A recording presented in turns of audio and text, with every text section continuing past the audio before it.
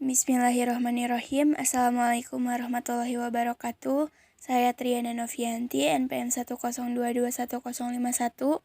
Saya mahasiswa STI STMB Bandung dari kelas C2 Akuntansi. Di sini saya sedikit akan menjelaskan tentang Ma'rifatul Insan.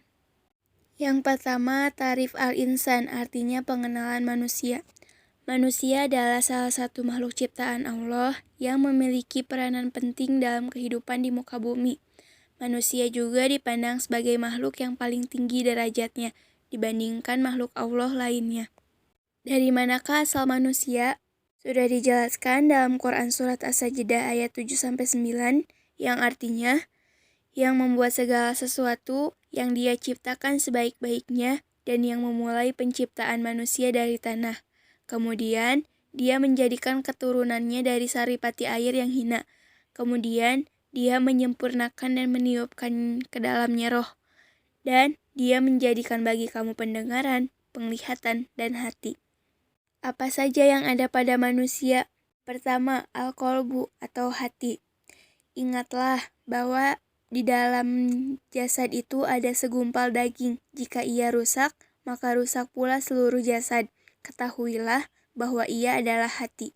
Hadis riwayat Bukhari dan Muslim. Kedua, akal. Dengan akal itu manusia dapat memahami berbagai hal yang Allah ajarkan kepadanya. Dan yang ketiga, jasad. Tanpa jasad, tekad dan pengetahuan hanya akan menjadi impian dan teori yang kosong. Manusia diciptakan untuk apa? Pertama, beribadah.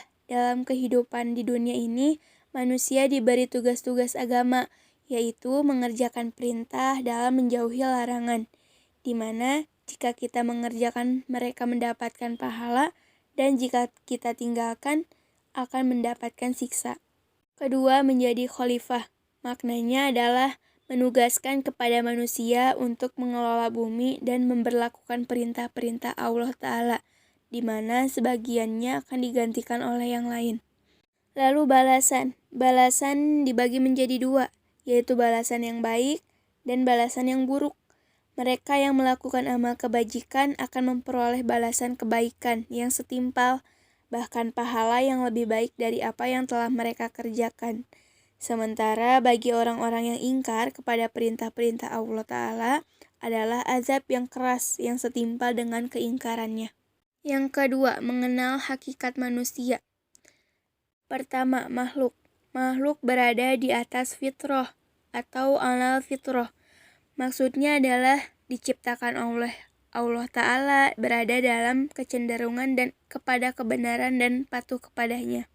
Kedua, manusia termasuk yang lemah atau doif. Kelemahan manusia terutama dalam menghadapi godaan hawa nafsunya. Kadangkala mereka mengalami lemah azam atau tekad, lemah iman, dan lemah kesabaran. Ketiga, manusia diciptakan dalam keadaan jahil, artinya bodoh. Allah mengungkapkan kondisi manusia ini dengan firman-Nya. Quran Surat Al-Ahzab ayat 72. 4. Manusia diciptakan dalam keadaan fakir kepada pemberiannya. Maksudnya, manusia diciptakan oleh Allah Ta'ala dalam keadaan tidak memiliki apapun, kecuali apa-apa yang dianugerahkan oleh Allah Ta'ala kepadanya. Hakikat yang kedua yaitu dimuliakan, karena diantaranya pertama, dengan ditiupkannya ruh, jasad, dan hawa nafsu. Kedua, memiliki keistimewaan. Firman Allah dalam Al-Quran yang artinya, dan sungguh kami telah memuliakan anak cucu Adam, dan kami angkut mereka di darat dan di laut, dan kami beri mereka rezeki dari yang baik-baik, dan kami lebihkan mereka di atas banyak makhluk yang kami ciptakan dengan kelebihan yang sempurna. Quran Surat Al-Isra ayat 70. 3. Ditundukkannya alam padanya. Hakikat yang ketiga yaitu dibebani, sebagaimana telah dijelaskan di awal, setugas manusia atau manusia diciptakan untuk apa, yaitu kan ibadah dan menjadi khalifah. Hakikat yang keempat, bebas memilih. Di dalam kehidupan, Allah telah menunjukkan dua jalan bagi manusia, baik itu jalan kebajikan maupun jalan kejahatan. Hakikat yang kelima yaitu balasan atau pertanggungjawaban. Setiap perbuatan pasti akan mendapat balasan atas apa yang telah ia perbuat. Mereka yang beriman dan berbuat kebajikan akan mendapatkan balasan dari Allah Ta'ala berupa al-jannah atau surga. Sebagai firman-Nya, Quran Surat As-Sajdah ayat 19, Quran Surat Al-Baqarah ayat 25, dan Quran Surat Al-Hajj ayat 14. Sedangkan mereka yang ingkar akan mendapatkan balasan dari Allah berupa an-nar, artinya neraka.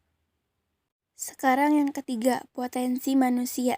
Menurut pandangan Islam, potensi manusia adalah suatu anugerah yang Allah berikan karena Allah menciptakan manusia dalam bentuk yang sangat sempurna dengan kemampuan, maka dari itulah Allah membekali segenap potensi yang ada dalam dirinya.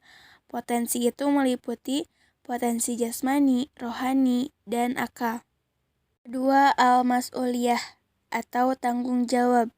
Di saat kita memiliki tanggung jawab, ada dua pilihan di hadapan manusia, yaitu amanah atau khianat. Sikap amanah merupakan sesuatu yang dipercaya untuk dijaga, dilindungi, dan dilaksanakan. Sifat khianat itu mereka yang tidak mau menggunakan potensi dirinya untuk beribadah. Diumpamakan Allah Ta'ala sebagai perumpamaan yang hina. Kal-an'am, kal-kalbi, kal-kirdi, dan kal-khinzir.